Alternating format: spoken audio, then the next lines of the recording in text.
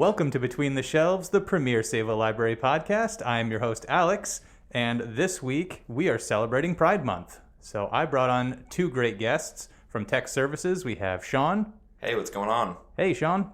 And from from Tech Services, we have Sam. Hi. Hi. Thanks for coming back. It's been too long. Thank you for having me. I'm very excited. What was the last episode you were on? I was just talking to Sean about this. I can't remember. It was the year It was very year memorable, wrap up. apparently. It was the year wrap up. So it must have been like Festive. December? Yeah. Yeah, okay. And Sean, you were on all of our Oscar. The Oscar ones, yeah. So was that like mid-March? Yeah, that sounds about right. Yeah. Well, thank you both for coming back. Yeah, for sure. Yeah. So on this episode, I think we're going to do like a round robin and talk about some of our favorite books. I have a couple of books, a movie. Sean, you're our movie guy. So Movies, yeah. Just strictly movies. And Sam, what have you brought to the table today? It's all graphic novels. All graphic novels. Perfect. Solid. So we're going to just be giving recommendations today from some of our favorite LGBTQ creators. Yeah, for sure. So anyone want to start us off? I don't mind going first. You can go first. Go for Awesome. it, man. I'll go first.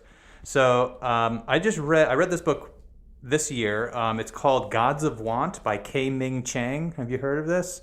No. Sounds familiar. She's a young author. I think she's under 35. She was on like the National Book Foundation's like top 5 under 35 lists that they do every couple of years. So she's a young author, and apparently she started off as a poet, and then she worked her way into like prose. So this is a book of short stories that she came out. That was published, I think, last year or maybe 2021. Anyways, so it is, like I said, a book of short stories, and they're all from the different perspectives of Taiwanese American immigrants coming to America, and they're all semi-autobiographical. Like you can kind of tell that they're, the author's personal life kind of seeps into all of these stories because they're all kind of told from similar protagonists. They're all queer, they're all first-generation immigrants, and they're all sort of dealing with, in different ways, grappling with your past, your culture that you came from, your parents who grew up in Taiwan, and kind of like how that is carrying over into America. And then all of like, your sexual awakening and all that stuff too is wrapped up in all the stories. So they're kind of written in like this poetic style. Like I said, like K-Ming Chang was a poet before she started writing fiction. So like it's such beautiful language. Like the way she writes is just so gorgeous. It just flows like poetry. But all of the stories, another thing they have in common is they're all like magical realism, like heavily inspired by author, like I had in my notes, like if you like Gabriel Garcia Marquez, he's a famous magical realist writer. If you like him, you should definitely check this author out because they're very, very similar. There's definitely something connecting them. In any case, so all of the stories have this really cool like mythology and magical realism of like Taiwanese magical realism, which is like a flavor of magical realism I've never experienced before, and it's like really, really cool and unique. And it kind of works its way into the stories in different ways. Like a lot of it is like the protagonists of the stories will like see ghosts of her family members that like come and like interact with her or haunt her in different ways, or like constantly criticizing the way she lives. Like some of the stories are actually really funny. Like it's not all like heavy literary stuff, but like one of the stories, she's like haunted by like the ghosts of her aunts who are like always just like looking over her shoulder and criticizing the way she lives and everything, and it's like kind of funny. But anyways, Gods of Want. This is honestly one of the best books I've read this year, and it's probably going to be, I'll mention it again when I do my best of the year lists. Okay. It's just a really refreshing book. Like, I like that there's no real world building, or it's not like plot heavy stories. It's just like, this is this person's life. This weird thing is happening. We're not going to like talk about that it's weird. It's just like this person is living with ghosts and like dragons and all like weird stuff that's happening, but it's like not dwelled upon. It's just like this is her existence, and it's using it as obviously like an allegory for being an immigrant and all sorts of stuff like that. So that sounds really cool. It's like a really unique story, and I like how they're all like short stories within one, but you can kind of find a theme throughout them. Yeah, this book could have easily been a novel because all the stories are very similar. Like they could have, I think she could have reworked it where it would have been like a novel where like all of these characters are like family members or something. And her novel called Bestiary that came out in 2020, I think. Oh, I've heard of that book. Yeah, that I think is what I'm describing. I think it's like, I haven't read it yet, but I'm definitely going to be reading it now. I think it's 3 characters who are all in the same family, and I think it's very similar to this. Like, there's magical realism and stuff. So check that one out too if you like Gods of Want. So that's my first recommendation, Gods of Want by K-Ming Chang. It's gonna be hard to top that one. You were like, I was ready to go. You're like to talk about it. Spitting off the dome with that. You like knew everything about that book. I devoured it. It's great. Yeah, no, yeah. It's not too long either. Like, it's not like a heavy tome. And it's not like dense. It doesn't feel. No, they're short stories. So if you don't like one, you just skip to the next one. And Sweet. All right, cool. So that's my first recommendation. Sam, do you want to go next? Sure. So I don't have specific books to recommend, but I do just have specific like authors and graphic novelists that I picked out. So the first one I chose was Marie Costa. So Marie Costa is kind of like a special breed within the like graphic novel industry, because I've never seen someone who is able to take their art style and put it through every age demographic. When you're in like the art world, it's very much, you have a style, you get pigeonholed into like a certain age. So like when I was in school, it was very much like, oh, you want to do children's books, right? And I'm like, no, not at all. But she does, she's done, I believe, 2 children's graphic novels. No, it's 1 children's graphic novel, which is called Paranorthern. And then 2 teen graphic novels, and then her own graphic novels for adults. And they all include gay characters and just a lot of inclusion. Most of them are very cozy fantasy. So I was just finishing up Paranorthern, actually downstairs like a few minutes ago. And it's just very nice to read. They're talking about ancestral magic and like finding yourself, and just about everyone's gay in these books. But it's nice to see like a cozy author story of just gay characters, because I feel like a lot of stories with gay characters, at least graphic novels, like adult graphic novels, they're heavy. Yes, it's always like, I'm drunk and I'm sad and my wife left, and I'm like, I can't do this every time I read an adult graphic novel. I just want to have fun sometimes. You're spoiling my next recommendation. It's like you don't want like them being gay to be like a trauma point of the story. Like you just want it to be a part of them, and like it's like acknowledged, and then that's that, and then it just kind of moves on. Yeah, it's like the gays can be happy sometimes. Yeah, we don't have to always be sad. It's in the name. Yeah, literally. Good pun, Alex. Thank you. I've been working on it. Oh, I'm sure. I didn't even get it. I'm just like, yeah. That's the criticism I get most often. Yeah. But yeah, I get your point though. Like, when you're trying to find books to recommend for the Pride Month podcast, and they're all just like so heavy and downers and everything. And but I'm glad they have some cozy reads too out there. So I'm glad you brought that to the table. A cozy read. I love that. I love cozy reads. Cozy fantasy. I never have it's heard my bread that and term butter. before. It's so good. I love that. That genre's like my whole life right now. Really? That's cool. No, I love when you find like a very like niche genre like that, and you find someone that makes a lot of books, and then you just want to go through, you just want to read every single thing that they've ever done. And no, you're just absolutely. Who's the author's name again? I'm sorry. Marie Costa. Their newest graphic novel is Belle of the Ball, which is like her only non-fantasy fantasy book. It's more of like a high school drama love triangle thing. But she has a new book coming out called Shoestring Theory, which is going to be her first novel, and she did the cover art for it. It's very, very beautiful. Oh, yeah. I like this artwork. Yeah. I could see how you could definitely try to pigeonhole this artist as, only doing like YA or something with this art style, but... Can you show me it? Oh, yeah, sorry. Yeah. Oh, cool. Oh, that looks really familiar. Oh, yeah. Well, you do the kids' books. Yeah. So, yeah, you may have seen her a few times. And Marianne in Teen, she likes to buy everything like that, which is awesome. Yeah, I think Very her book... cool. Yeah, we definitely have her books here. Yeah. I know that for a fact. For sure. Cool. Nice. Good recommendation. All right. Check that out. Thank you. So then book, and now a movie. Well, this is a movie. It was a book first, so maybe I'll talk about the book just to keep the theme going. Red, White, and Royal Blue. Yes. Have either of you guys read this book? I haven't read it. I know of it. Yes. So it was it was published in I think 2020. It's about the president's son and this prince. His name is Prince Henry from England. They have this ongoing public feud between the both of them. Their parents agree and disagree on certain political views, and they're kind of both being bred to eventually take the throne in a sense in their family, within the government.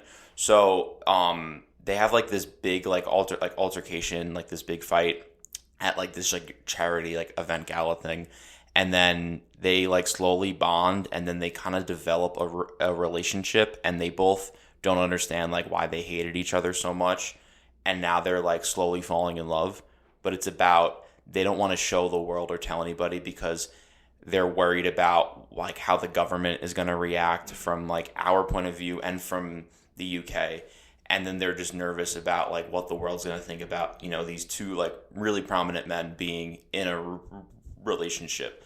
So that's the main gist of the book, and the movie pretty much follows it pretty well. The movie came out last year on Amazon Prime, so it's available to watch from home. I liked the book a lot more. I felt the movie was kind of corny at times. I don't know, Sam, if you watched it. I've watched it twice. It's just I love that. The thing with Red, White, and Royal Blue, there is no logic whatsoever with any of it. Yeah. Because I've had people I used to work at a Barnes & Noble. People would ask me, they're like, oh, I like politics in my books. And I'm like, then none of this is going to make sense to you. Yeah. Ignore it. Just look at the cute little love story. Have fun with that. But I don't know. It was a very comfort movie for when that movie came out. And I think going into it, I really liked the book because I liked the government and the political aspect of it. I felt it was just really interesting because it talked about a lot how, especially the president's son, how he was involved in what she did day to day, and you could tell that he really wanted to follow in her footsteps. Maybe not become the president one day, but just be involved. Yeah. And then he has a sister, I believe, who's older.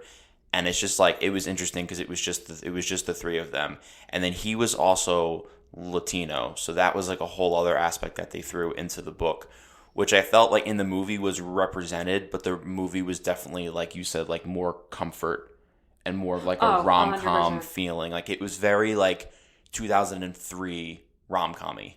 Which absolutely is cool because obviously if that's what they were going for, they nailed it. But going from the book to the movie, I just expected it to be a little more grounded. That's funny. Just looking at literally judging the book by its cover, I thought it was a rom-com. Yeah. From just looking at the cover of the book. So. No, yeah, the book's definitely more. I was very surprised because I was just going into it thinking it was just going to be a queer rom-com book. That was it. Mm-hmm. But it was a lot deeper than I thought. That's an interesting layer to the story of how is me coming out going to affect the world, or my immediate family's legacy and stuff. And, he was because she was divorced or the husband died, and she was the first woman president in this world. So that already was such a big thing. And then it's oh well, now you have a son who's gay and you're Latino. It was a lot of things against them in a sense from a conservative point of view. Yeah. But if anyone hasn't read the book or watched the movie, I highly recommend them both. Who's the author of the book? Casey McQuiston. Sam's got it. I love Casey McQuiston. Have they written anything else? One weird? Last Stop is a sapphic novel, and it's a sapphic. Yeah, lesbians. Oh, okay. Thanks. Cool. Now I know. Yeah. So it's this isn't a spoiler. It's literally on the cover jacket. It's a girl moves to New York City and meets another woman on a train, and turns out the woman is stuck in a time loop from the 1980s and doesn't remember her name or how she got stuck. Oh wow. And they end up falling in love on the train. That's so cool. Yeah. It's New York City, so we're close by. So yeah, for sure. Very, very fun. Yeah, they are making a Red, White, and Royal Blue 2 film. I don't know if the author's going to be involved. I hope so. I mean, maybe they're going to publish a book first and then adapt it. I don't know. I feel it did really well for Amazon. It brought in hundreds of millions of viewers. So, they're just going to milk that. And the star of it is in a new movie with Anne Hathaway. His name is Nicholas Galatine, and he's just kind of like blowing up everywhere. So I think it's smart for them to also capitalize on it. Oh, for sure. For sure. Nice. All right, cool, yeah. All right, that's a good recommendation. Thanks, Sean. Yeah, you got it. All right, so my next two ones are kind of bummers, so I don't know where to go next. Should I do a bummer movie or a bummer graphic novel? Well, I have a bummer-ish movie, so I don't know. I'll do the movie next. Okay. So this next one I want to talk about, it's called Pain and Glory. It came out in 2019, I think. Have you seen this, Sean?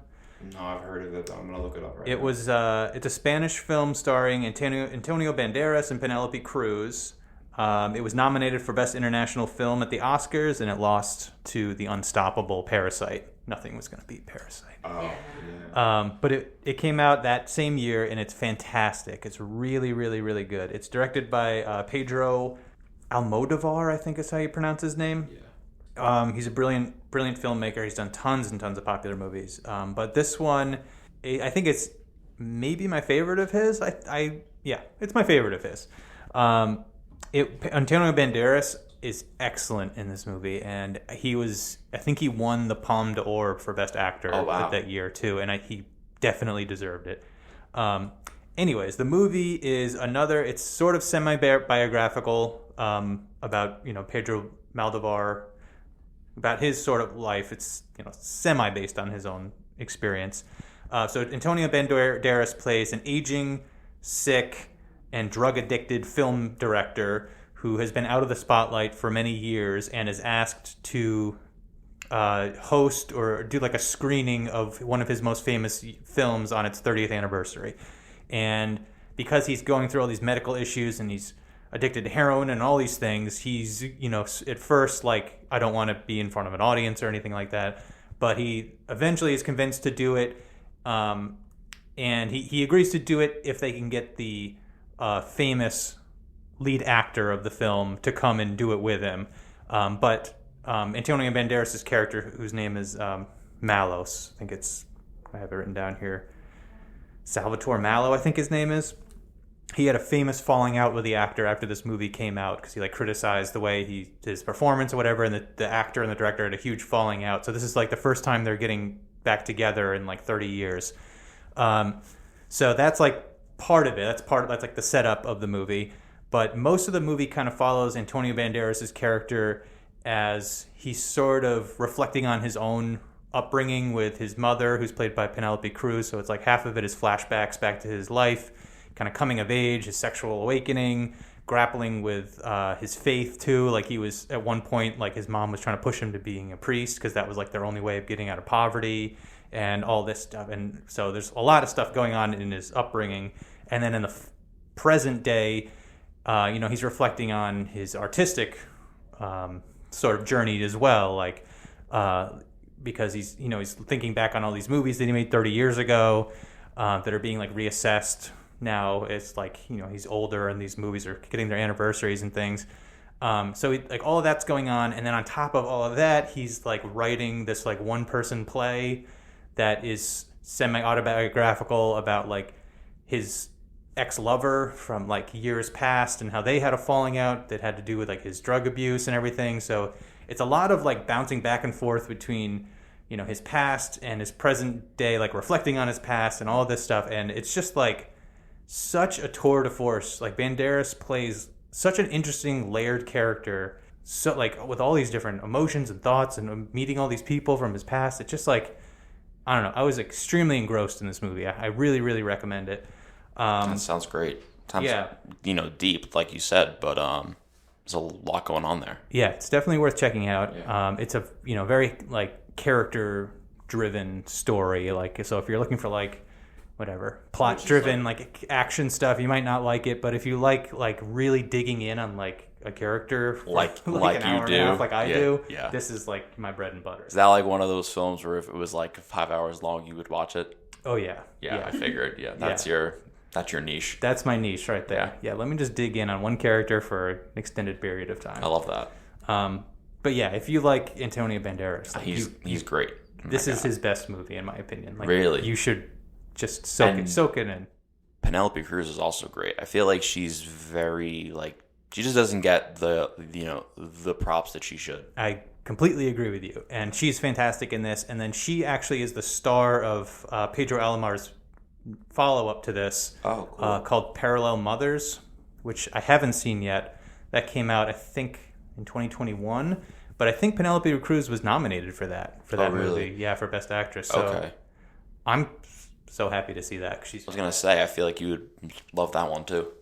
Yeah, I got to check it out. Yeah. Hopefully it's just dives into that character for a good 2 hours. I can just sit in it. So Pain and Glory is the name of the movie. Definitely check it out. Yeah, cool. I think it got overshadowed by Parasite. I never even heard of it, honestly. Yeah. And now I really want to watch it. There were a lot of good movies that came out in 2019 that were 2019 was like the last great year of cinema. Yeah. Parasite, rightfully so, just overshadowed everything. But this is definitely one that's worth going back and checking out. Cool. Thanks, man. Yeah, Pain and Glory. Sam, what do you got for us? So I was going to talk about N.D. Stevenson. People may know him better by his dead name, which is Noel Stevenson. He wrote Nimona, which came out on the Netflix movie finally came out. I believe just a year or two ago. Yeah. He was nominated for Best Animated Film with the Oscars. Yes, absolutely. But the graphic novel is what I like to talk about because it came out in 2014, and it was definitely one of my first experiences of seeing a gay character in a comic book just so casually done. And it was hidden until the end that I'm going to spoil it. This book's been out forever. Okay. But it's hidden until the end that the two main men were lovers at one point, and then they end up joining forces again. But even reading it through, at 14, I was like, what's going on? What? Who are these people? What's happening? I should probably explain what the book is about. Nimona is a girl who can shapeshift. And she ends up finding a gentleman who's known, he's basically just painted as this evil guy who runs around like this thief. And she's like, I want to help you out. I want to be a villain too. And he's like, why? And the guy who's chasing him is a member of the Royal Guard. And those are the two that fell in love a long time ago until the one guy joined the Royal Guard and they had to split up because now the other guy's a fugitive.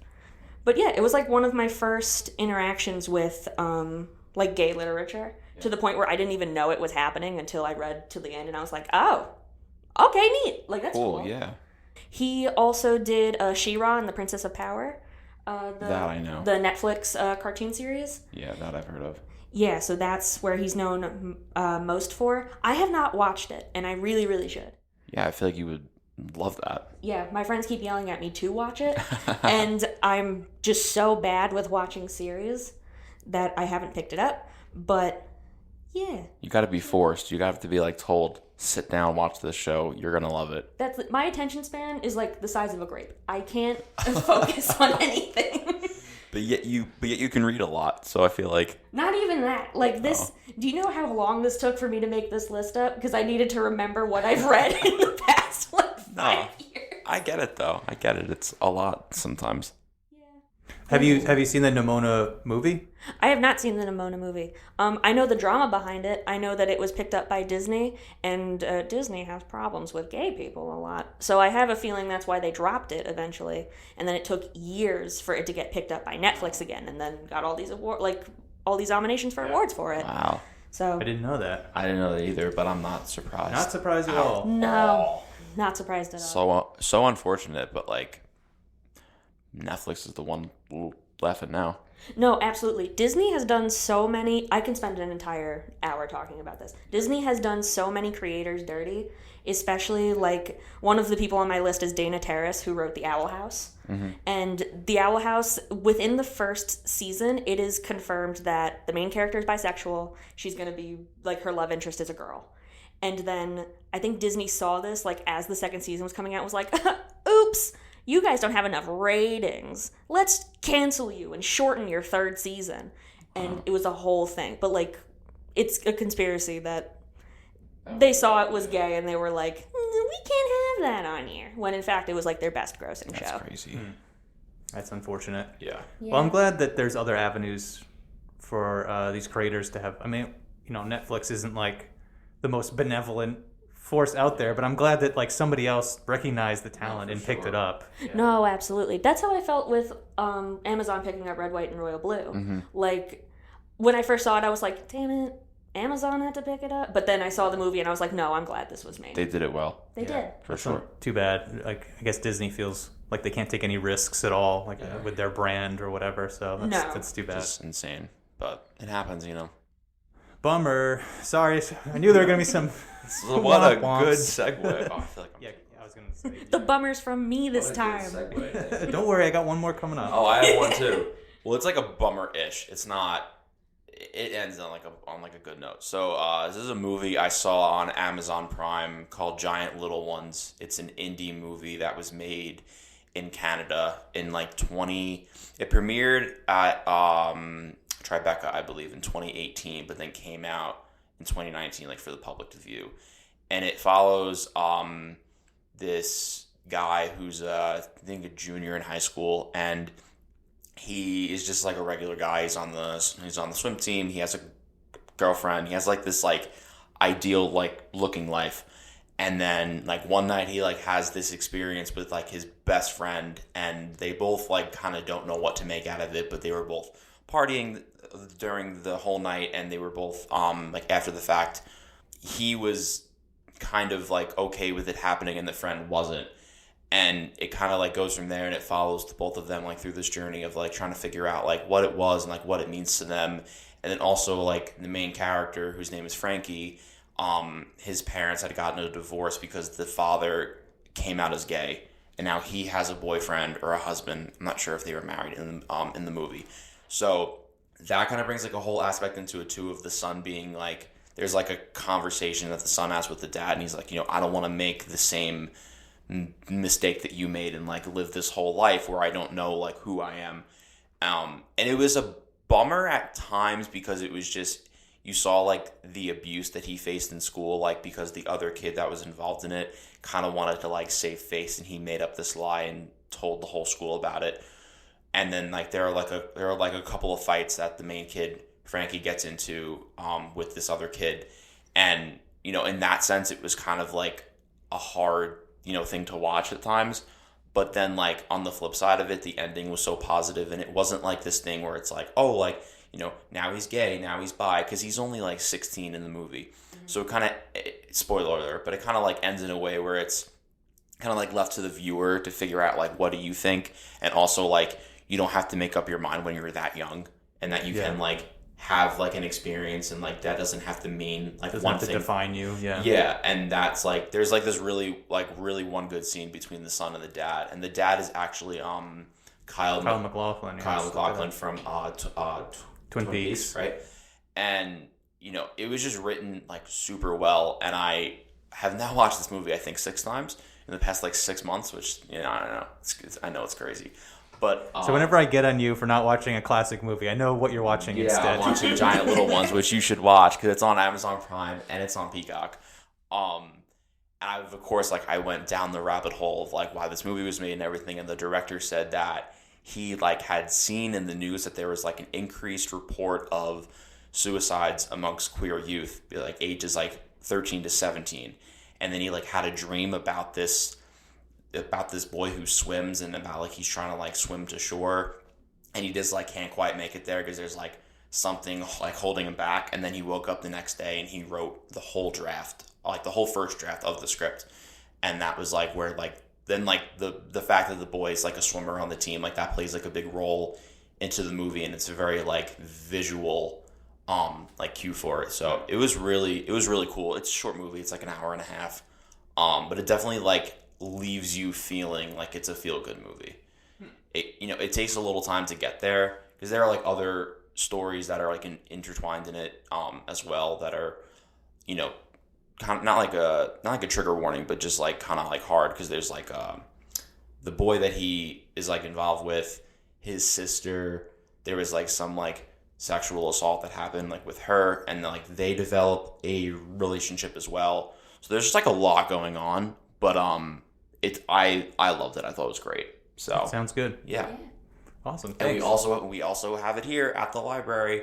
Oh, dude. I looked. Yes. Okay, good. Because I wanted to buy it on Blu-ray, but it's not out on Blu-ray. But the library carries it. Good. I'm glad. I thought it was going to be like an Amazon exclusive or something. No, yeah, that's what I thought too. And I never heard about it because I don't know. And then Amazon's actually one of the few streaming services that does put things out on DVD with some regularity. So that's good. Yeah. Cool. All right. So come to the library and check it out. You don't have to get an Amazon Prime subscription and feed the beast. Cool. I'm going to go do my last recommendation now. It's a graphic novel, and Sam, I think you've read this one. I think you might have seen it on my desk when I was reading it. It's called Stone Fruit by Lee Lai or Lee Lai. Do you know how to pronounce their name? Okay. Stone Fruit by, I think it's Lee Lai, L-A-I. Lay. Yeah, that makes more sense. It's a debut graphic novel. Came out in 2021. It won multiple awards, including the Stonewall Award and the National Book Foundation's Artist to Watch list. It's the story of Braun and Ray, a queer couple who've hit a rough patch in their relationship. Neither are working full-time, and Braun is suffering from major depressive episodes.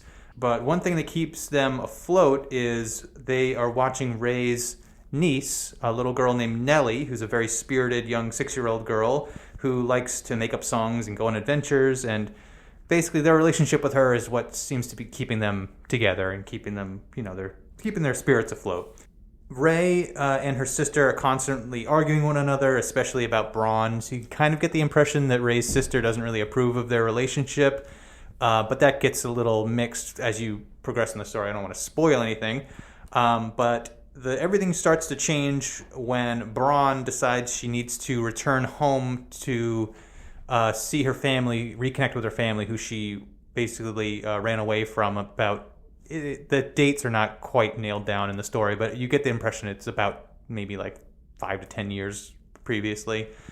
So she goes to reconnect with her family, who are very like devout Christians, and Braun is again, it's not exactly spelled out. She might be trans, or it's not really exactly spelled out. But anyway, so she goes back to live with her parents to try to get a grip on her depression. And that leaves Ray kind of holding the bag with watching Nellie and dealing with her own struggles and everything with her sister. So it's an interesting like breaking point that happens at like the end of Act 1, if this was a movie, where now the story splits, where you start to follow Braun reconnect with her family and her sister, who is now like 14, 15 or so, who she never really knew because she left home when her sister was still like very young.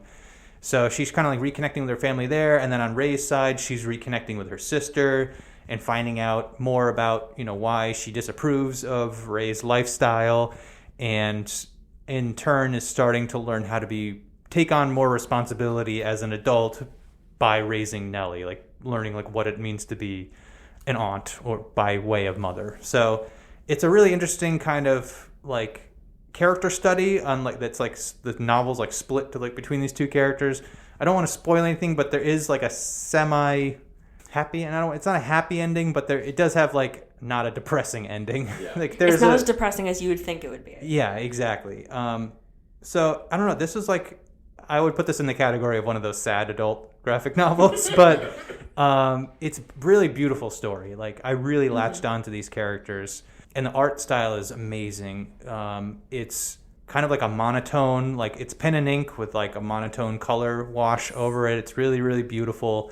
And I really like the way Lee Lai's sort of shows like the characters turning into like these like monsters, kind of like wild beasts when they're, happy and jubilant and like at play in the forest and things. They kind of like let go of all these shackles that are weighing them down, their depression and everything else. And they kind of just are more free to be themselves. And then she represents that as being these kind of like wild creatures that are just sort of, at play or something. So that was really, really cool to see. I like that. Like we said, it's sometimes everything can be so sad and it can be so dense, but like life always isn't perfect.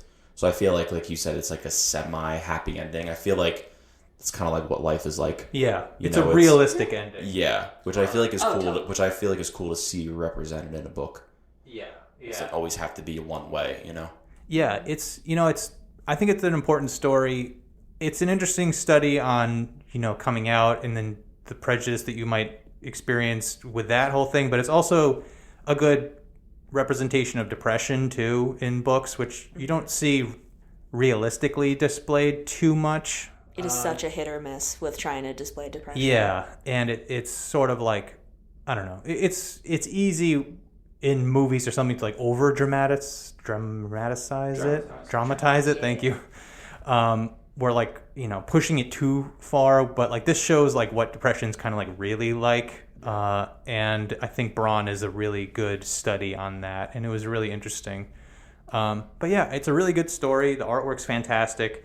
And if you like this book, or if you've read My Favorite Thing is Monsters by Emil Ferris, which I'm going to be talking about, spoiler, in next episode. Okay. Sorry. Stay tuned. This is a good one to follow up with that, or, if go from this one to that. And then another recommendation or further reading or something that I had here was the Essex County trilogy by Jeff Lemire. Have you read that? No. That sounds very familiar, though. This is the first book I've heard of. I don't know anything about it, but I know that it's real. Jeff Lemire is a famous graphic novelist. He does tons and tons of books, but this is one of his first, and the art style is very similar to this, and it kind of has similar vibes. Not same themes or plot at all, but it has like very similar vibes to this one. So cool. Definitely check those out too. And if we do a graphic novel episode sometime in the near future, I'll be talking about Essex County in Please depth, invite me. because it's yeah, absolutely. Don't invite me, because I'm not gonna know a goddamn thing. It's like the one thing I know. It's like you with that, and me with film. Literally. Yeah. Or Taylor Swift. Or yes. Always. So that's my last recommendation. Stone Fruit by Lee Lai. We have it here at the library. Come check it out. It's not too long either. Thank you for all those positive reads. They all sound so happy. I feel like I'm just going to be grinning from ear to ear after I'm done reading them all. Every time. Check it out. That's my last recommendation. Cool. Thanks, man. All right. You got another one for us? Yes, I have another author. Her name is Molly Knox Ostertag, which is just so much fun to say. Yeah. And fun fact, she is married to N.D. Stevenson. Oh, no way. Which is super fun. I feel like all of the gay graphic novelists just like know each other in some sort of sphere, which is really fun. But Molly Knox Ostertag is also a graphic novelist. She has done Witch Boy, which I know is probably her biggest series. That one I have not read. It's in the children's department though. Gasp. What do you mean gasp? You read these. It's like your thing. No, yeah. What I know her best from is The Girl from the Sea, and what that one is about is a girl who I believe moves to a new town, and she's trying to figure out her sexual identity. When she was younger, she had almost drowned and was saved by a creature, and they ended up sharing a kiss in order to stay connected, and she finds out, like a few years later when she's in this new home and she's back at the water that she was at originally, that it was a selkie, which is like a girl that can turn into a seal with like a seal skin.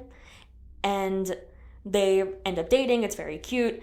She's trying to figure out whether to like tell her family or whatnot. She's struggling with connecting with her brother, who ends up finding out. And the selkie, on the other hand, is attempting to stop people from like riding big boats into like their pod, which is like the group of selkies that live near the rocks, because it will kill them. So she's like, hey, can you tell your friend not to drive this giant cruise boat into the rocks? And the girl's like, I can't exactly do that. She's like, okay, I will do something about this then. But it's a very cute love story. I enjoy it very, very much. Is it YA or adult, or what would you say it's aimed at? It's... I feel like it would be fine. You hate that categorization, don't you? I hate the categorization of it, because I have such a strong standpoint of I think any graphic novel can be for anyone. I feel like there's so many adults who will not touch books or TV shows, frankly, in the children or the teen section, because they're like, oh, it's for teenagers. Like, I can't relate. You can relate so hard to so many things. It makes me upset that people categorize by age sometimes. Because you were that age at one point. Exactly. Yeah. And like, even if when you weren't that age, like that show wasn't out, now it is. So maybe it can like help you reflect on something that happened. You know, I don't know. Like my mom, she watches like all that stuff with me and she loves it. Absolutely. Like, my high school experience wasn't the best, but now I read all these books about high school and being like, oh, this is really nice to read, actually. And it's nice that, like, kids now, like, maybe can, like, have, like, a better experience. Yeah, like, I wish I had half of these books during, like, my high school experience and knew what was going on. I'm definitely guilty of this, what we're describing. Like, I'm, like, you know, I look towards, like, more quote-unquote mature literary stuff. I'm definitely guilty of, like, looking down on YA stuff sometimes. Mm-hmm. But my wife is, like, really, really good about exploring, like, all genres and all age groups. Like, she'll read a middle grade book, and then a middle-aged book, and then, you know, a YA, and she bounces around, and I admire her for that, and admire anybody who, you know, explores, like, what they're interested in more than, like, you know, like, limiting themselves. So maybe we should do a whole podcast episode at some point on, like, recommendations for age groups. Yeah, or like not for age groups. I don't know. Yeah. For older readers, on, like, how to open that door to go explore your inner child a little bit more, or see. Yeah. That'd be so cool. I'd love to do that. That'd be fun. All right. Yeah, especially with all the representation that's out now, because honestly, children and mainly teen literature, but children and teen literature do so much better with representation than adult literature does, as far as, like, publishing goes. I feel like I see so many more, like, people of color and people of different sexualities and different gender identities within, like, children and teen literature more than I do with adults. Yeah. So. And it's, you know, when it's a graphic novel, you can literally see yourself in the book too. Absolutely. So that is a whole nother layer to it. And it's interesting. Like, you're much younger than I am, but it is, like, when I was younger, like, there was very little representation in graphic novels or YA stuff. So it's great that it's blossomed so much recent years. For sure. Absolutely. Do you have another one for us, or? No. The only other thing I want to mention is if anyone is interested in delving into, like, the graphic novel comic scene of, like, LGBT and, like, disability rep, I would suggest checking out something called FlameCon, which is in New York City every August. And it's basically Comic-Con that's just Artist Alley and just LGBT and disability rep. And it's one of my favorite events to go to. So I feel like if anyone wants to meet up and talk with artists for that and, like, get into the scene and buy some cool stuff, I spend so much money there every year. That's awesome. I would suggest going there. It's nice. I'm going to give you a stack of my business cards. Are you going this year? Yeah, I'm going to go this year. Awesome. I'm going to give you a stack of my business cards. I want you to hand them out to the artists there and see if any of them are willing to come to our fan fest in November. Ooh, okay. Genius, Alex. This is why you get paid the big bucks. Oh yeah, that's why I get that civil servant salary. But yeah, I'm always trying to refresh who our vendors are at the fan fest, and I want to get more artists. That's smart. That's okay. Yeah. Always thinking fan fest. Good job, guys. See, we're booking podcasts on the episode. We're booking fan fest on the episode live. Planning stuff out in May, no less. Well, this will be airing in June, but I'm already planning the fest, so I'm sure.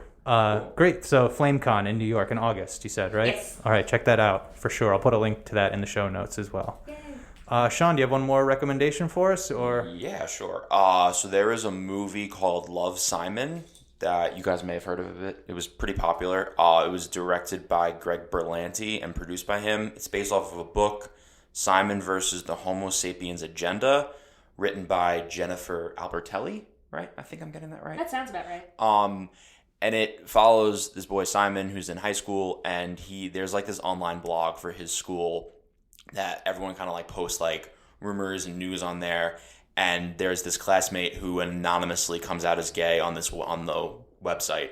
So Simon, who's closeted gay, they start messaging on this site, and they, like, quickly develop, like, this online relationship, but yet Simon still doesn't know who this other person is.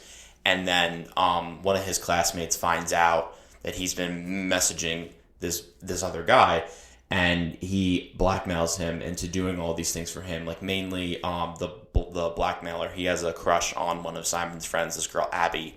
So he's, like, trying to get Simon to get him set up with this girl, and he's like, you know, as long as you do everything I say, I won't blackmail you. And he is blackmailing him. I won't, you know, tell everybody that you're gay and tell everybody that you're involved, like, with this guy. So Simon obviously is threatened by this, and he goes, like, along with it because he doesn't want anybody to know. and meanwhile he's also trying to figure out like who this guy is that he's speaking with. The book is a little different from the movie because spoiler alert, about like I would say halfway, 3/4 of the way through the book, he comes out and is in a relationship with this guy, versus the movie ends with him and the guy like finally meeting and like everybody knowing like what it is. But like he does get like he doesn't come out on his own terms. Like this guy does end up exposing him online through this blog. And it came out when I was a senior in high school, and like it really helped me like come to terms with like what I was dealing with, and it was I identified a lot with him and like with what was going on. So it was a really well made movie. It's Nick Robinson plays Simon. He's like one of those actors that you would know his face. Mm-hmm. You know, you may not know the name. And then Jennifer Garner and Josh Duhamel play his parents. I mean, and you can never go wrong with either of them.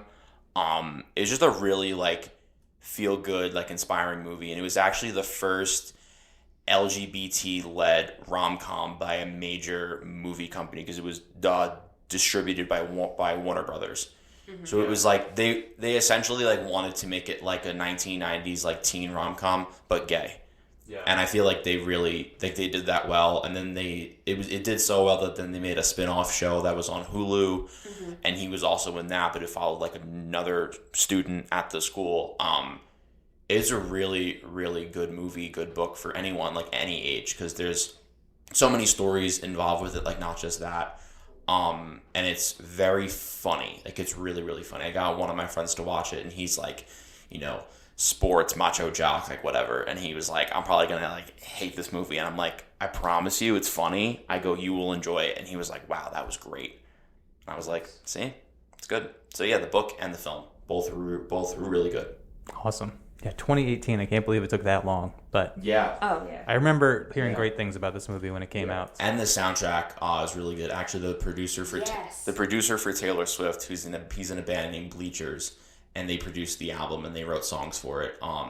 So the album was amazing. Strawberries and Cigarettes by Troye Sivan. Yes. Still listen to it. Yeah, great song. So it's a really feel good movie. Mm-hmm. Well, I was wondering how long it would take you to mention Taylor Swift. And I think it was around the 45-minute mark. I think I mentioned her earlier. We mentioned her like 20 minutes in, I think. Yeah.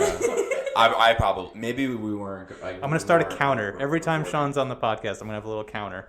Listen, how can you not mention Taylor Swift? She's involved in everything.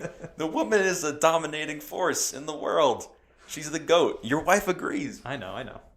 I'll get around to it. You have to.